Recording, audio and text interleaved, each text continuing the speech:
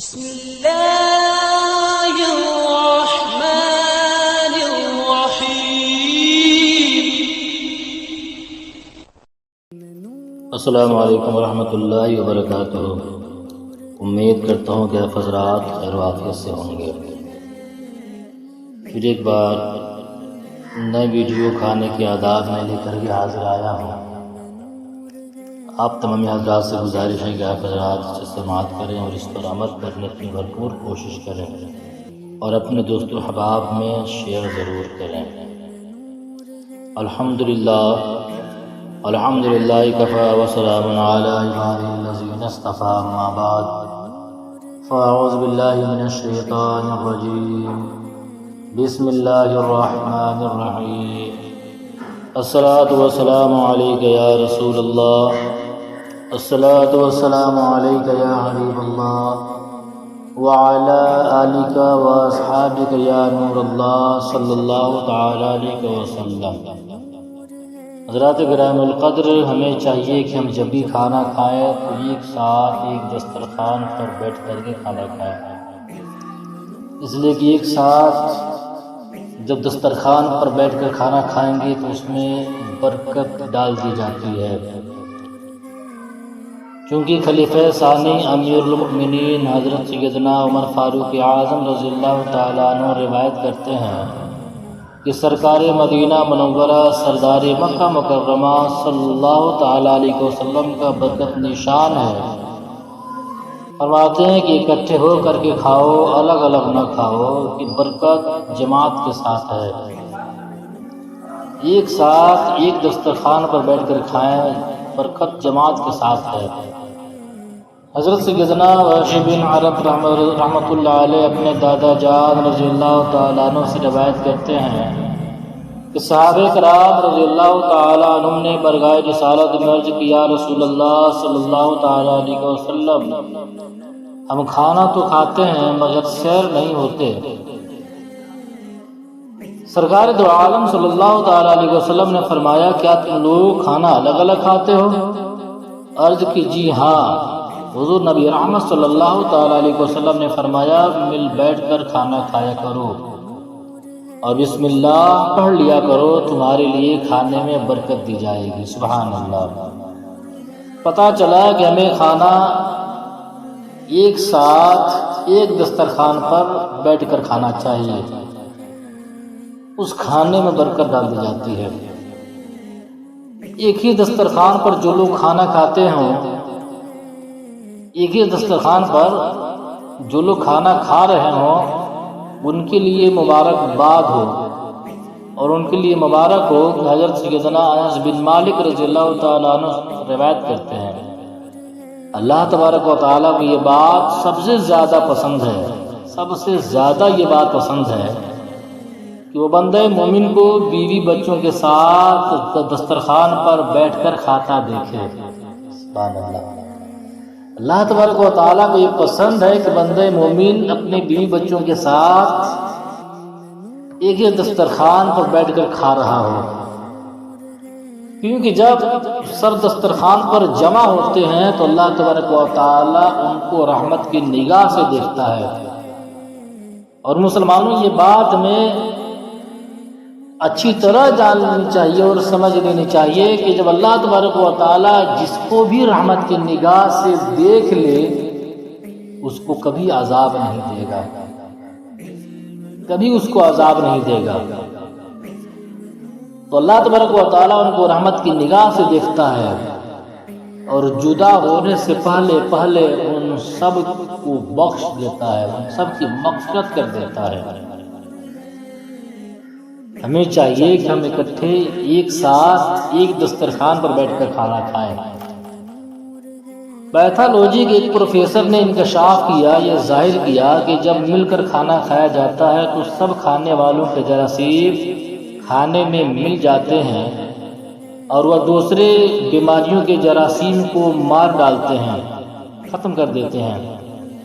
بعض اوقات کھانے میں شفا کے جراثیم شامل ہو جاتے ہیں جو معدہ کے امراض کے لیے مفید ہوتے ہیں۔ پتہ چلا کہ اب سے اگر ہم الگ الگ کھانا کھا رہے ہوں تو ہمیں عمل کرتے ہوئے ایک ساتھ ایک دسترخوان پر بیٹھ کر کھانا کھانے کی عادت ڈال لینی چاہیے۔ حضرت سیدنا جابر رضی اللہ تعالیٰ عنہ فرماتے ہیں کہ میں نے نبی کریم رؤوف الرحیم علیہ افضل الصلاۃ والتسلیم کو فرماتے سنا، ایک کا کھانا دو کو کافی ہے، اور دو کا کھانا چار کو کافی ہے، اور چار کا کھانا 8 کو کفایت کرتا ہے۔ مطلب آپ کے پاس اتنا کھانا ہے کہ اس کھانے میں صرف ایک آدمی کھا سکتا ہے، اور کھانے والے 2 ہوں، ایک دسترخوان پر بیٹھا دیں، اس کھانے میں اتنی برکت ہوگی کہ ایک کا کھانا ہے لیکن 2 لوگ بھرپور کھانا کھا لیں گے، شکم سے ہوگا۔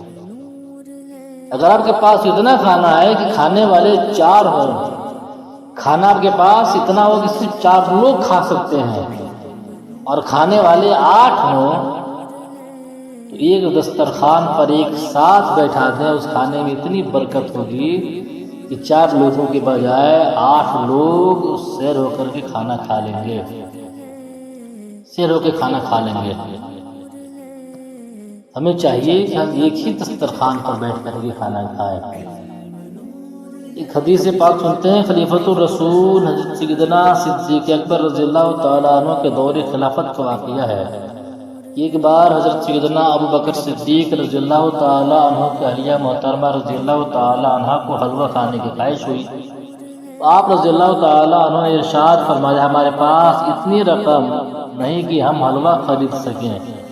عرض کی، میں اپنے گھریلو خرچات میں سے چند دنوں تھوڑے تھوڑے پیسے بچا کر کے کچھ رقم جمع کر لوں گی، اس سے حلوہ خرید لیں گے۔ فرمایا ایسا کر لینا۔ چنانچہ آپ رضی اللہ تعالیٰ عنہ کی زوجہ آپ رضی اللہ تعالیٰ عنہ کی زوجہ محترمہ رضی اللہ تعالیٰ عنہ نے رقم جمع کرنا شروع کی۔ چند دنوں میں تھوڑی سی رقم جمع ہو گئی۔ جب انہوں نے آپ رضی اللہ تعالیٰ عنہ کو بتایا کہ آپ حلوہ خرید کر لے کر کے آئے، تو آپ نے وہ رقم لی اور بیت المال میں لوٹا دیا، اور فرمایا کہ ہمارے اخراجات اور ہمارے خرچے سے زیادہ ہیں۔ اس کے بعد آپ رضی اللہ تعالیٰ عنہ نے آئندہ کے لیے بیت المال سے ملنے والے وظیفے میں اتنی رقم کم کر دی۔ میٹھے میٹھے اسلامی بھائیوں، اس حکایت کو سن کر فقط نعرہ داد تحسین بلند کر کے دل خوش کر لینے کے بجائے ہمیں بھی تقوی اور قناعت کا درس حاصل کرنی چاہیے۔ بالخصوص ارباب اقتدار، حکومتی افسران، نیز ائمہ مساجد، دینی مدارس کے مدرسین اور مختلف اسلامی شعبہ جات سے وابستہ اسلامی بھائیوں کے لیے اس حکایت میں قناعت و خودداری اپنانے، حرص و طمع سے خود کو بچانے اور اپنی آخرت کو بہتر بنانے کے لیے خوب سماع عبرت ہے۔ کاش ہم سب محض نفس کی تحریک پر، نفس کے بہکاوے پر، تنخواہ کی کمی بیشی یعنی اس کی تنخواہ اتنی زیادہ میری اتنی کم کہہ کر اس طرح کے معاملات میں الجھنے کے بجائے قلیل آمدنی پر قناعت کرتے ہوئے نیکیوں میں کثرت کی تمنائی بن جائیں۔ سیدنا صدیق اکبر رضی اللہ تعالیٰ عنہ کی پرہیزگاری اور دولت دنیاوی سے بے رغبتی کے متعلق ایک اور حکایت سماعت فرمائیے کہ امام علی مقام، امام عرش مقام، امام الہمام حضرت سیدنا امام حسن مجتبی رضی اللہ تعالیٰ عنہ فرماتے ہیں، خلیفۃ الرسول حضرت سیدنا صدیق اکبر رضی اللہ تعالیٰ عنہ نے اپنی وفات کے وقت ام المؤمنین حضرت سیدتنا عائشہ صدیقہ رضی اللہ تعالیٰ عنہ سے فرمایا، دیکھو یہ اونٹنی جس کا ہم دودھ پیتے ہیں، یہ بڑا پیالہ ہے جس میں ہم کھاتے ہیں، اور یہ چادر جو میں نے اوڑھی ہے، یہ سب بیت المال سے لیا گیا ہے۔ ہم ان سے اسی وقت تک فائدہ اٹھا سکتے ہیں جب تک ہم مسلمانوں کے امور خلافت انجام دیتے تھے۔ جس وقت میں وفات پا جاؤں تو یہ تمام سامان حضرت سیدنا عمر فاروق اعظم رضی اللہ تعالیٰ عنہ کو دے دینا۔